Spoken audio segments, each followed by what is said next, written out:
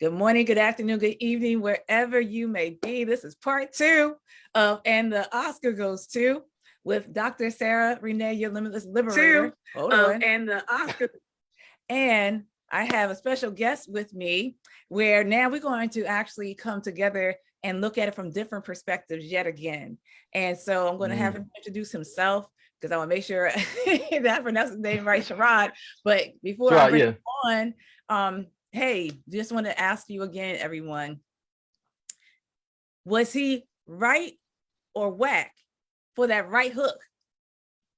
See, it wasn't even a hook, you know what I mean? It wasn't even a hook. It wasn't a hook. It was like, it makes me think of Dave Chappelle and the late Charlie Murphy when he was talking. Oh, I thought about that too. Yeah, when he talked about the whole day with come on, man. What's dude, my man?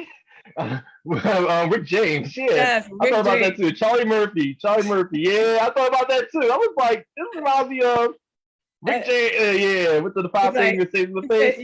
Yeah, right. Well, with the five fingers in the head, yeah. So, it's sad that we even joking, right? So, it's record, y'all. But here's the thing, because I'm starting to run out of steam with this, because it's like, I tell you the truth. I said this earlier, and before I go start into my soliloquy, we want to say thank you for tuning in. You could have tuned in anywhere. You may be working right now and you're trying to sneak in. Like, I want to give a shout out to the neuroscientist, Dr. Shantae, who's been sneaking in, trying to listen. If there's any time for us to do another part of this segment, I'm going to bring her on tomorrow. It just depends on where the steam is going and where it's blowing, because, people are kind of starting to get, it's still like action about this, but people are starting to get tired, like myself. I've been up talking about this, and there's a reason behind it. But before coming on, I just want to say thank you for tuning in. Y'all can leave comments in the comment section, and just come in with your comments, with your your thoughts, your views, because we're not the ones that standing as the standard and saying this is what's going on. We weren't there, but we have experience to share our views and to hear also from you. What do you think? So I want to bring in my special guest, Mr. Sharad. He's no stranger to cookies, cocktails, and convos. So, Mr. Sharad, what's up? How are you doing today? I'm still bothered. I'm still like in utter shock. So I'm okay personally, but to watch that, I am definitely not okay. I'm gonna be honest. I'm definitely not okay with it. Definitely not okay. And let's talk about that. So let me go ahead and check in with everyone again. Thank you so much, everybody. What did y'all think about this whole thing with, unfortunately, what happened at the Oscars? And what happened at the Oscars, I, first of all, was upset with ABC, with the cable networks, that I wasn't able to stream for free. I was not willing or interested to do a trial with Hulu or with whomever else for $70 after 7 days, because I probably would have forgot. That's how they used to get me. So I was like, that's how they still get me like that. You're not giving me they still get me like that. So I said no to that. I said, I'll just go ahead and look at the comments, and as they filter through. And I was on YouTube, and so there were people who were generous enough to take the clips that they were able to throughout the Oscars for me to be able to put them together and see. It was so beautiful, from Beyonce and how she just kicked it off. That was all that was amazing. And then how different people throughout the whole Oscars getting their awards. As a matter of fact, I don't know, this is a fun fact about me. I don't know if y'all know this, Sharad. I just shared it with you a moment ago. But at one point, I wanted to be a film director. Really? Wow. Yeah. Oh, I studied since I was younger. I used to study the different directors and in film. Wow. And I would go back to, I've always been one who loves the old Hollywood, like the 40s and 50s. I really resonate. Now, people can say, oh, they didn't act, they didn't know how to act. What I liked about them was that it was starting out, meaning that they had to depend on their acting, on their dancing, on their singing. They really had to have talent to really make things happen. Not even acting, and the dialogue compared to now. But now it's like everything is filtered. You have stunt doubles all around. You really just have to show up and be a brand in and of itself, but without all of that, without the talent, without the skill, without the technique. So I just said, I tend to go back in time and just appreciate, the cinematography, the art. I love fashion. So, just looking at the different type of fashions and who were responsible for that back then compared to now. So I geek out on those things. So to see the build up and to see how far we've come with the Oscars, this is the 94th. We started back in 1927, 1925, 1927. Y'all can fact check that, where it was just them coming together and just having a party and just, celebrating each other. And then it just expanded and built upon to where we are now. So here we are, the 94th. Is the most diverse. We've been wanting to boycott. We've been complaining, and our voice has been heard. We had the most diverse Oscars. Yeah, wow. Technically, I mean, yeah. The most. I don't know. I'm not a big. I'm not a big fan of the word diversity, because diversity to me just means I'm included in. Yeah, when I hear diversity, what I really hear is like what I really hear to me. What I hear is I'm included in your world in the way that you view me, but I'm not necessarily a part of it. I'm just included in it. So. Yeah, it was diverse, but this is a fun fact that people don't know. Hollywood was actually built by women. The first screenwriters were women. The very, very first screenwriters, not just for like a couple of years, for decades. So Hollywood was actually built by women writers and women actors.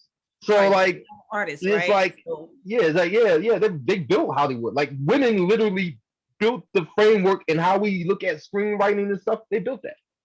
So I'm glad it's coming back to the point where we're starting to get. I don't like using the word diverse and inclusive, but where it's becoming fair. I'd rather it be fair than anything. If I deserve something and you don't give it to me because of your personal view you think you have of me, that's disturbing to me. But if you give me something because I want to open up I want to look like I'm including you in something that nah. Give it to me because it's fair. If you owe me $5, don't give it to me because I'm black and you owe me $5. Give it to me because you owe me $5. It's about $5. So but anyway, let's go. And I get it because talk about your background. So how did you? What had you to share that? Like, tell us about your background, because this is your field. So you just give us a little clip to who you are. So I act. I'm a screenwriter. I'm a budding screenwriter because right now I'm writing shorts. Right now I'm working on a mini series and I'm working on a feature film that I'm going to do myself. Period. Everything I do, I fund myself, and I'm also working with a couple of people to collaborate with to make my own independent things. Also, I do plays. I've done plays in New York. My play was featured in New York a few years back.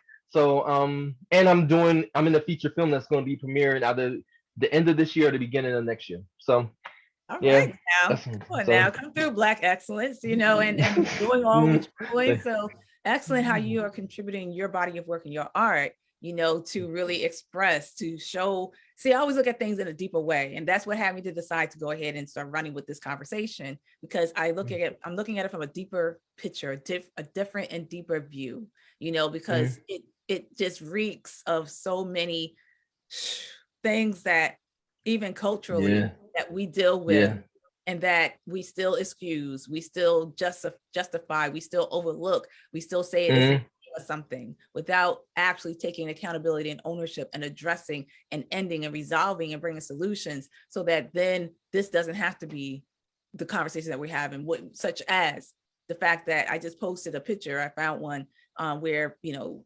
Howard Stern, who is what is he? What do you call him? Radio personality. He had posted up about how, Will Smith and Donald Trump are the same. Wow. That's interesting. That's interesting. There's some words I want to say, but yes, I'll use the word interesting. That's very interesting. Like, dang, your moment that you worked for all your life, your body of work, your legacy, your livelihood can be up for to be hit, you know, over a decision in a moment. Yes, we all got our threshold. Yes, we do. And still it's met with consequences. It's still met with consequences. You know, we're saying, Rock, you know, Chris Rock isn't gonna, so there was, I think TMZ had posted in the Shade Room on Instagram had took a statement or something like that saying that, LAPD had are aware of what happened at this moment or at this time, no charges will be pressed, things like that. And, you know, people like, yeah, you know, Chris ain't no snitch. He ain't gonna do that. You know, like, did y'all really think that was gonna happen? It's not that. It's still how it's still being seen and played out. And the reason why I wanted to invite you, Sherrod, and everybody that's watching, just to now do a part 2, is because there is seemingly a difference in perspective regarding how Will had defended Jada's honor and how Black women are like, you know, many Black women are celebrating him. There's many who are condemning him, condemning his actions. But also there's many who are praising, like, you know, well, that's how Black men should be doing, you know, they should be defending our honor. And, you know, I'm a Black woman, I agree. Here's the thing though. All things aren't equal in this particular scenario. All things are not equal. Not at all. Not at all. All things are not equal in this. Not at all. And we can stay on the surface, and that's okay. That's everyone's decision. Whoever wants to stay on the surface. You know, I can't help myself, y'all. Y'all know my background at this point. I like to go deeper. Yeah. Try to get to the key points of this whole thing. What do you think? Let's talk about some layers. So I've been talking about this since last night, like literally since last night. So let's talk about some layers. I'm trying to think how I started off with my best friend. So here's a couple of things. One, they know each other. It's not like Chris Rock and Jada Pinkett Smith and Will Smith don't know each other. They know each other. They've been in the same circles.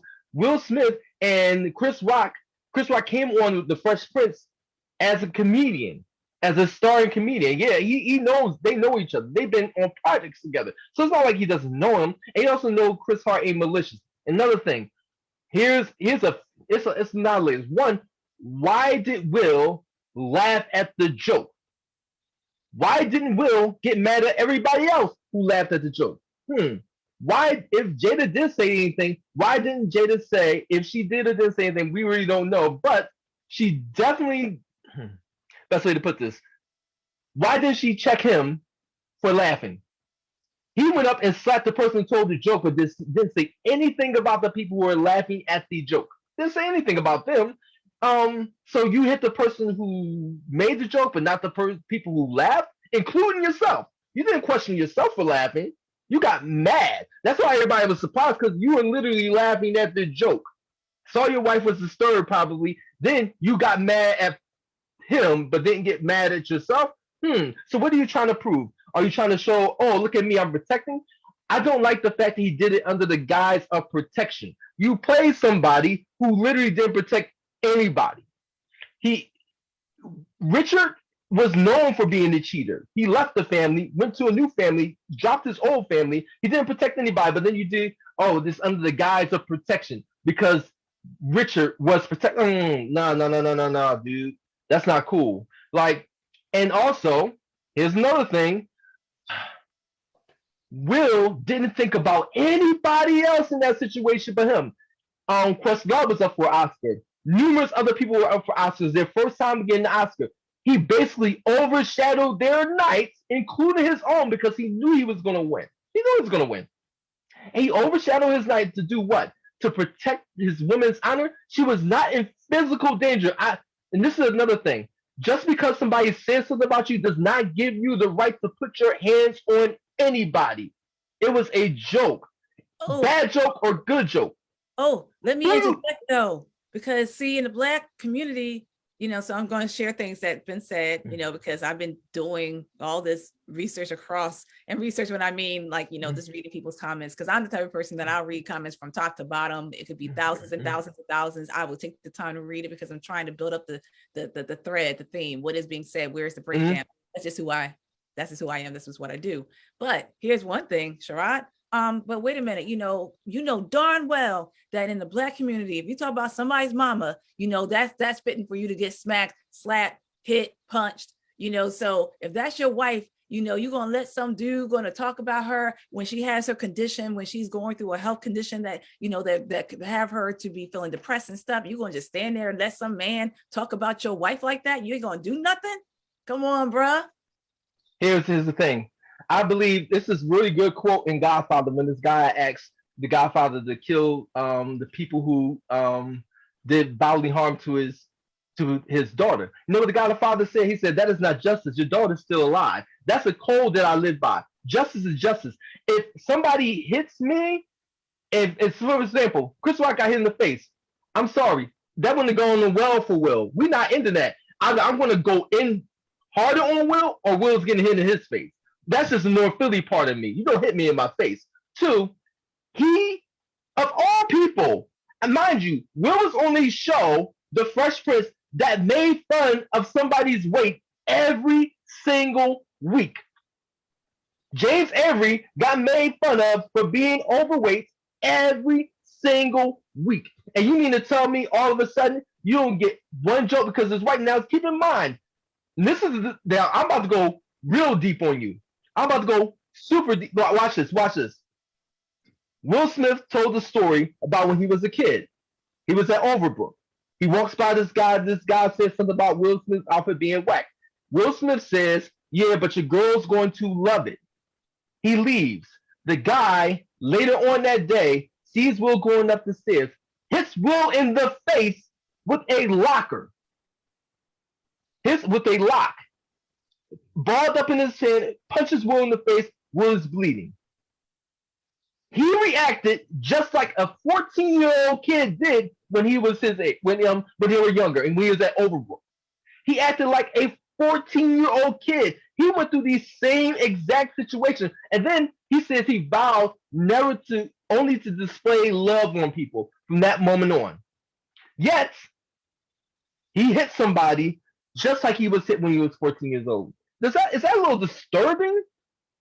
Something's wrong there. And people are giving Will all these passes and stuff like that. But no, I don't, no. You're grown, you're a professional. Always. Right. And that's the whole thing that I want to come in with. And I just want to say, so go ahead, champ. Go ahead. Take your breather. Take your breather, champ. You see me fanning with the look. You see take your breather for a second. Take your breather for a second. I want to go ahead and break it, bring everybody in. So everybody, thank you so much for tuning in. Thank you for your time, because hey, this is a work day and you're making the time to think in or to look in, to hear what we have to say in regards to, and the Oscar goes to, was it whack or was it right with Will's right hook? And Cynthia has said, you know what? It was a straight distraction to divide unity. Thank you, Trina. Thank you, everybody, for tuning in. Thank you, Cynthia, for sharing. Listen, here's the thing. Accountability and ownership. Let me back up.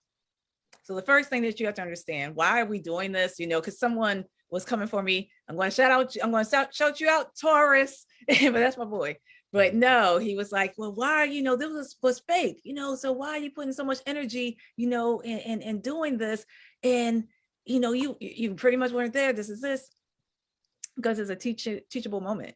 It's an opportunity to teach. And even as my friend, from North Philly, Coach Cece has shared, the whole thing was, even if it was fake, so what? It was still wrong. Why are we leading with violence? Why are we leading with assault? Why are we leading with it to do what? What was the end goal if it was staged? What was the end goal for it being from a negative situation when everything was pretty much being beautiful for that night? So especially for us, where it was diverse, where it was, us representing and being represented this year.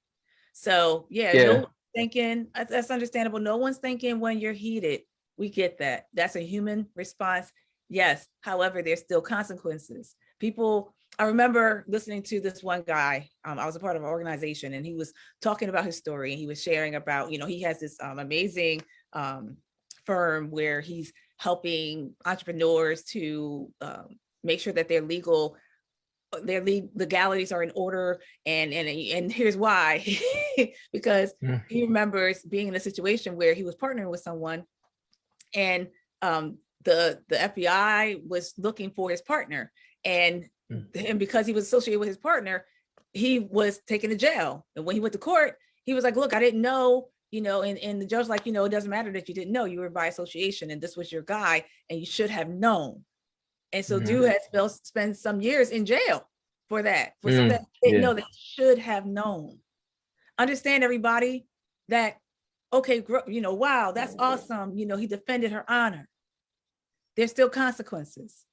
If that was a regular Joe Schmo, if that was anybody else, would he be arrested? Would he be in handcuffs? Would he be, charges be pressed? So I guess my whole thing is that a lot of people, you said it, he's a professional.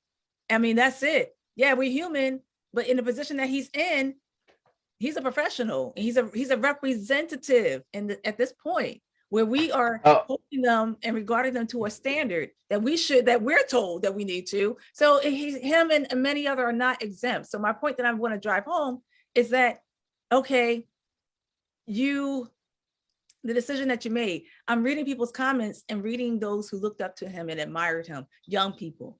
I looked up to you, and I can't believe this, or parents who like, wow, man, you've been known for clean rap. You've been known for, this clean image. And here you are. I can't explain this to my son who looks up to you. And, now it's like, okay, wow, you chose violence. You chose recklessness.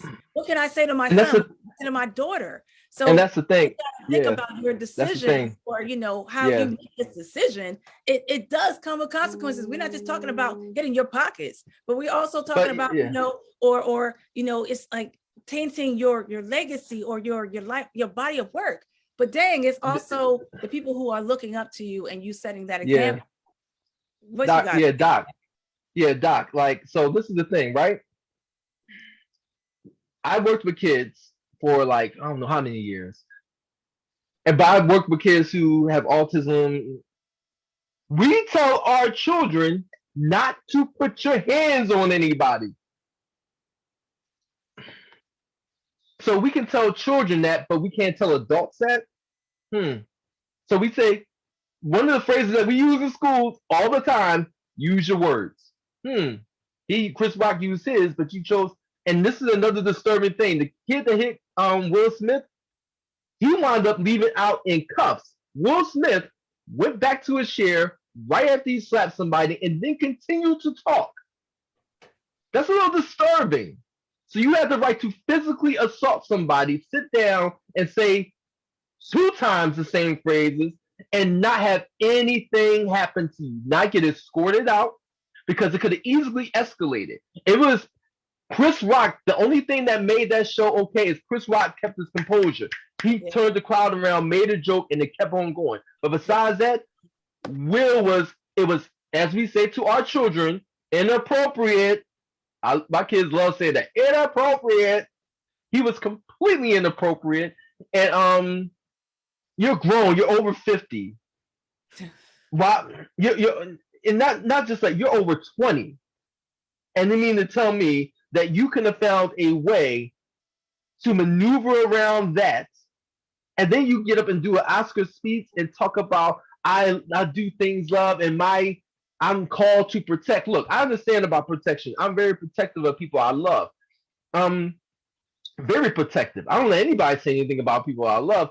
But if somebody's saying something about somebody I love, it's different than somebody putting their hands on somebody I love. That's a whole different. And the thing is, like, Will Smith took it too far. If he was mad, he shouldn't have laughed initially. He laughed just like everybody else. That made it more disturbing to me. Because now not only did you take back your laugh, but you didn't even examine your own laugh about your wife that you knew had alopecia. And Chris Rock, you didn't know, did or did not know about your wife's alopecia. Nor did you know if the audience knew, but you didn't check anybody else but Chris Rock. Didn't even check yourself, and you laughed at the joke. So to me, you get no pass. Not one. It was very disturbing to me. And it was disturbing on the night that you've been basically Oscar baiting, because that's what he does every year. He does movies hoping that he would get Oscar baited in, and he finally gets it because he's been thirsty for it for years, and now he gets it. What does he do? He slaps somebody, a comedian of all people that was doing his job.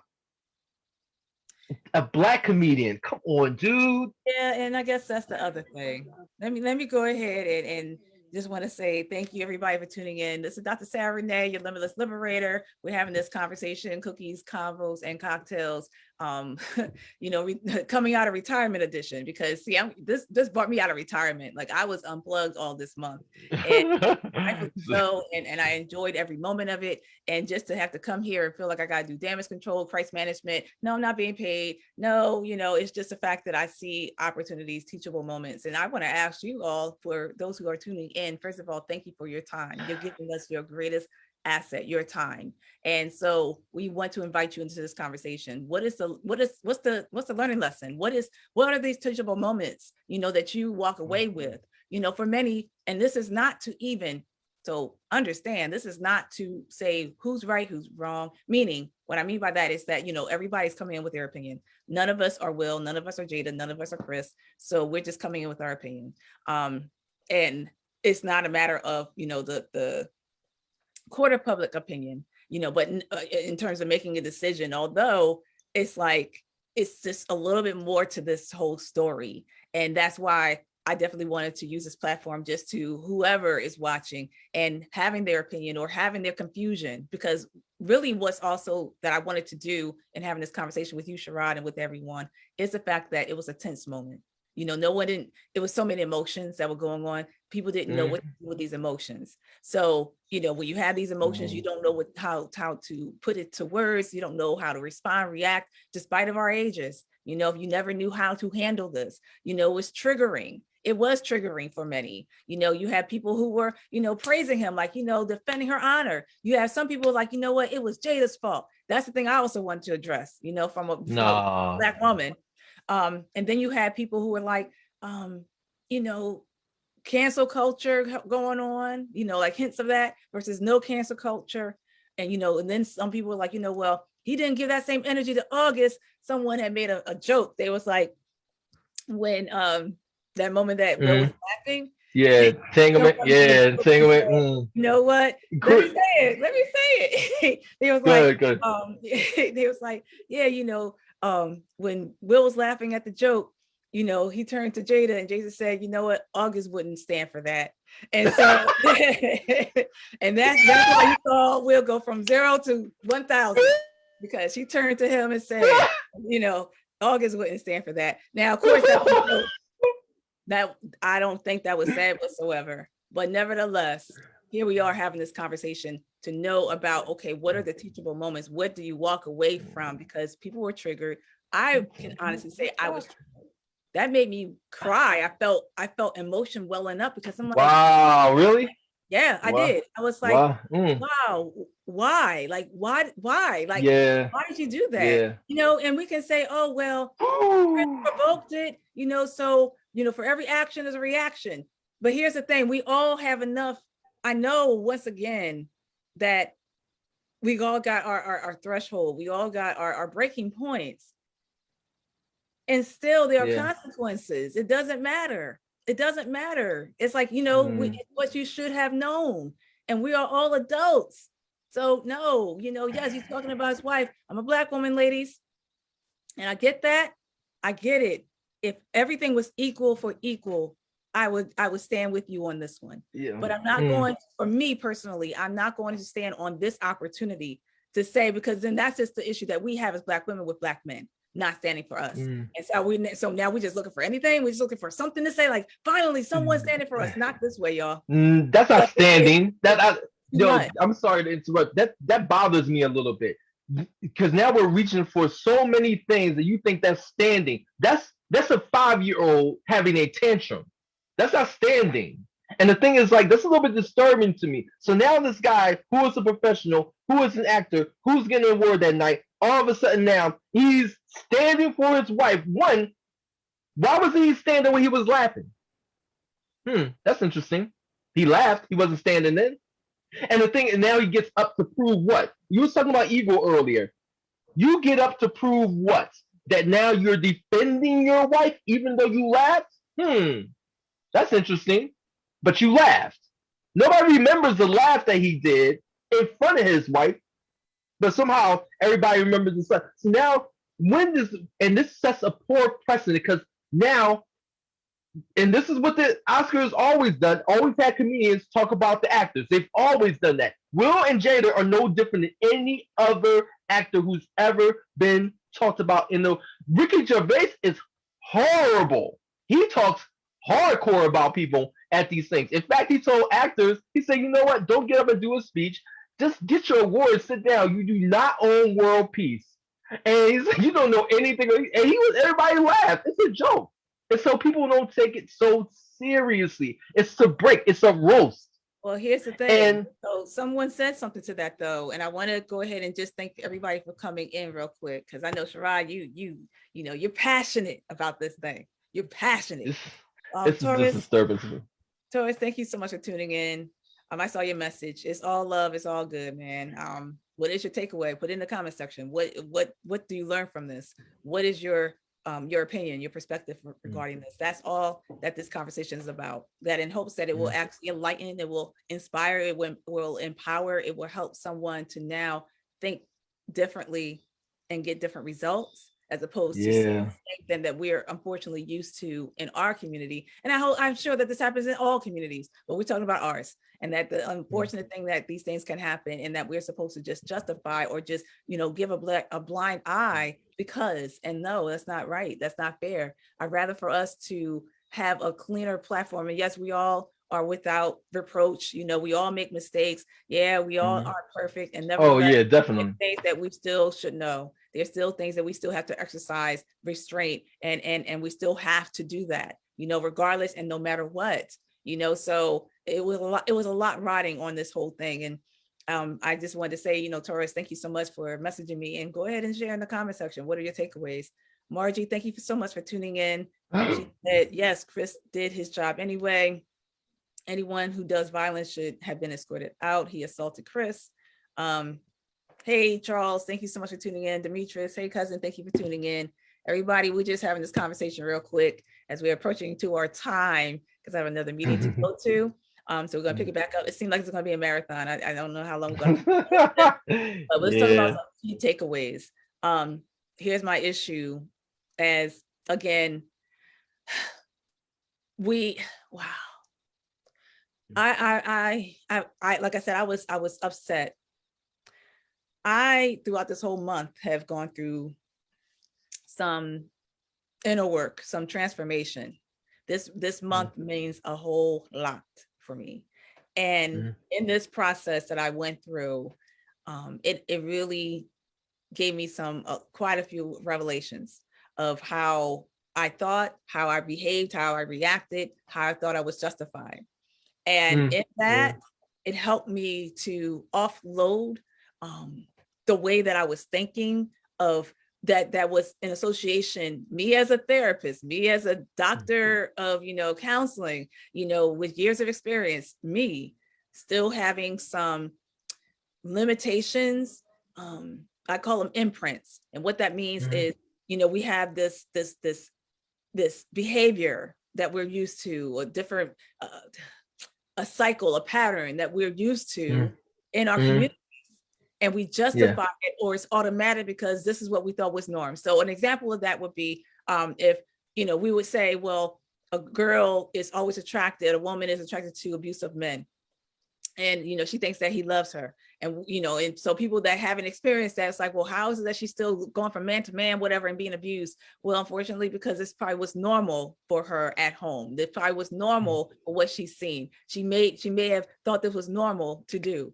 So, but it's still unhealthy. It's still toxic. It's still not right. You know, as human beings, we deserve, as human beings, to another fellow human being, you know, let's take race and all that out of it.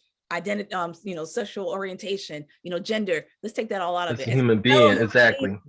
We're supposed to give each other the due respect and regard that we're supposed to, that we will want for ourselves. We're supposed to show it to others, but because we justify it because of the breakdown and, you know, and healthy behavioral patterns and healthy mental capacity and healthy emotional stability and well-being, because we don't know or we didn't have it. And this is not to justify, but just to give you another way of looking at it, that we're still following the same old type of patterns and cycles until it has to be broken.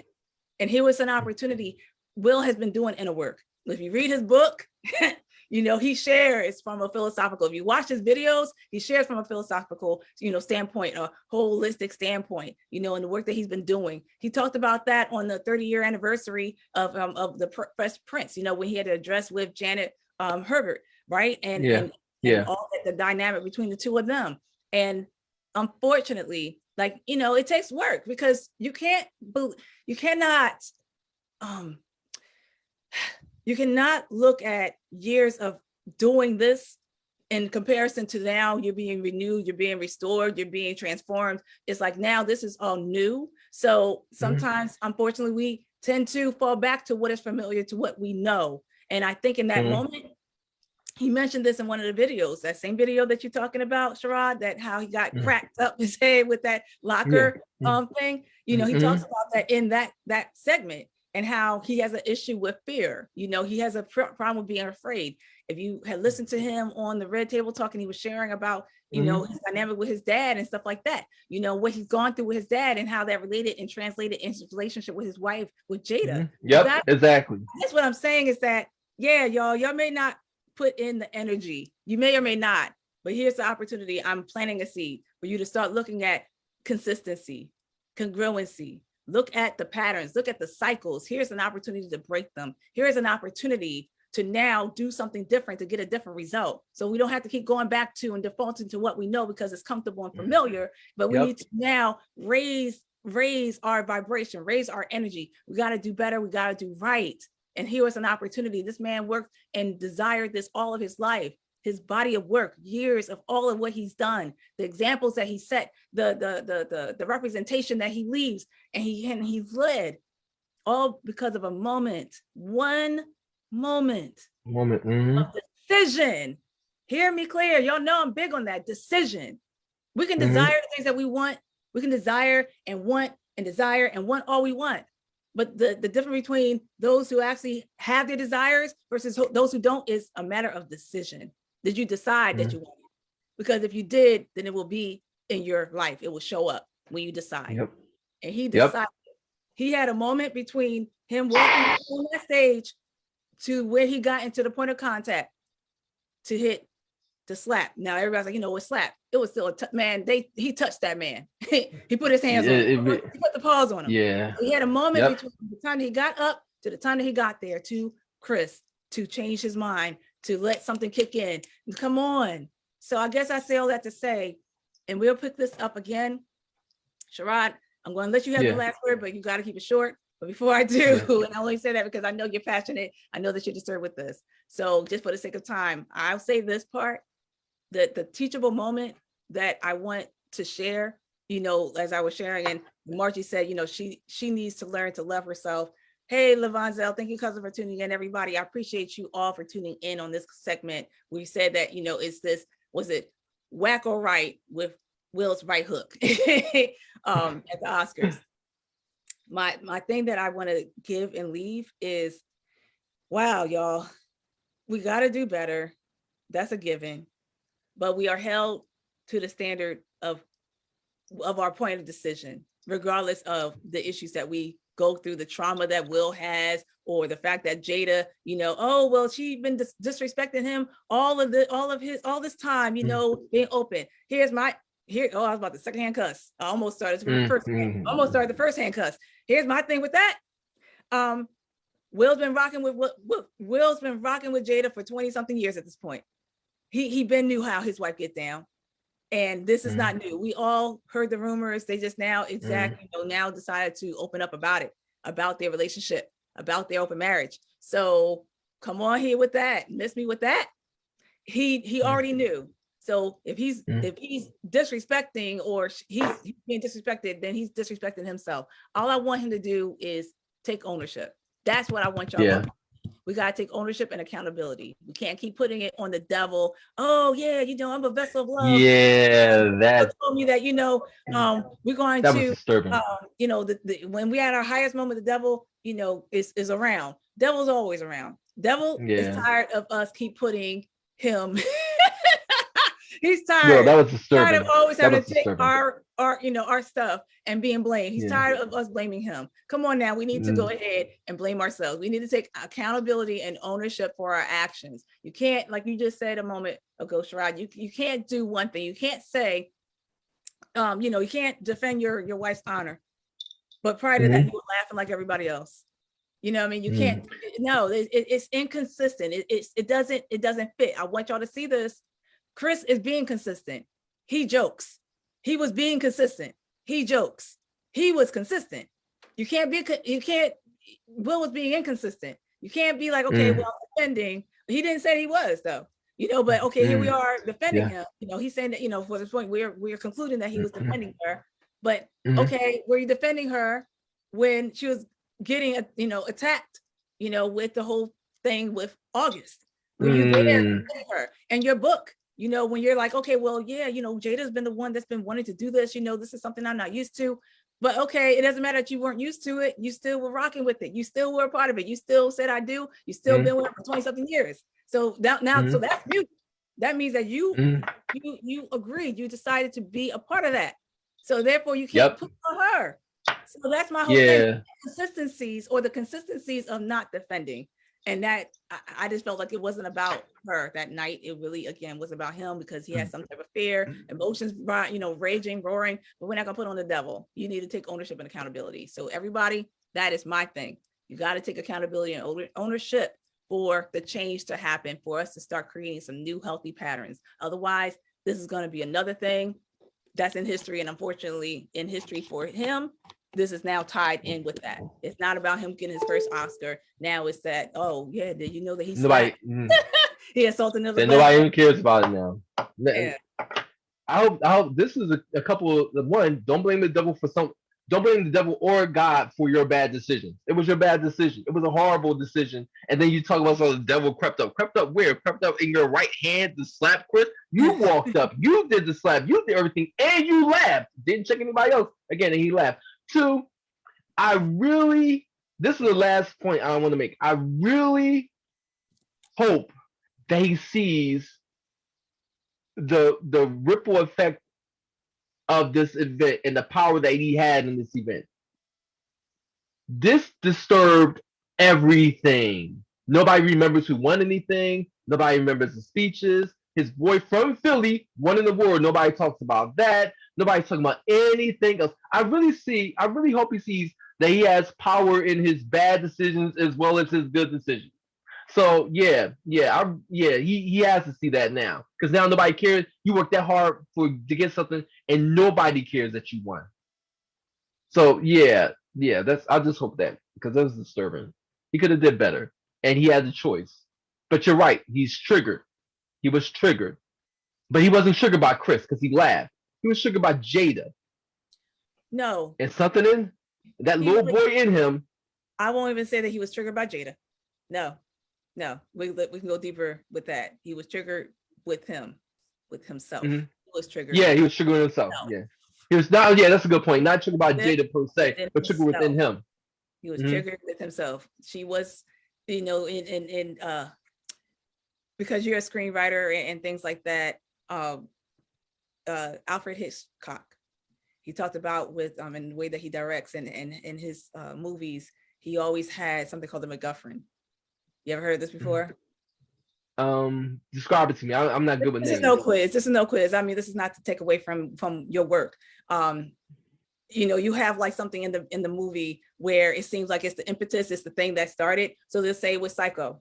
So with the movie Psycho, was it 1960 or whatever it was, and how it was a thing where this woman had stolen $30,000 or $50,000, and so she goes into the base motel and meets her fate pretty much. And with that, it started off with being the money, thinking that was the thing for this whole movie that drove it, and it wasn't. It was just the MacGuffin.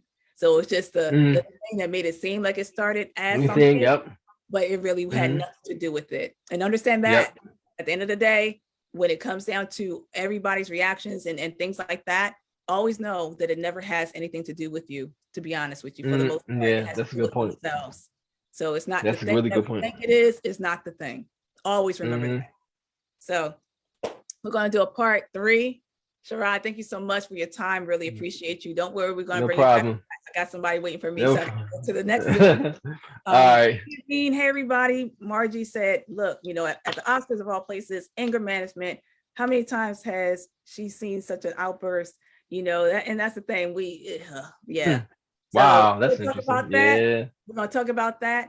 And y'all come back hopefully around within the next half an hour. But thank you so much for your time. We really appreciate you. Sherrod, thank you so much. We really appreciate you. No problem. Soon. Y'all take care, everybody. Talk to you soon. All right. Peace. Bye.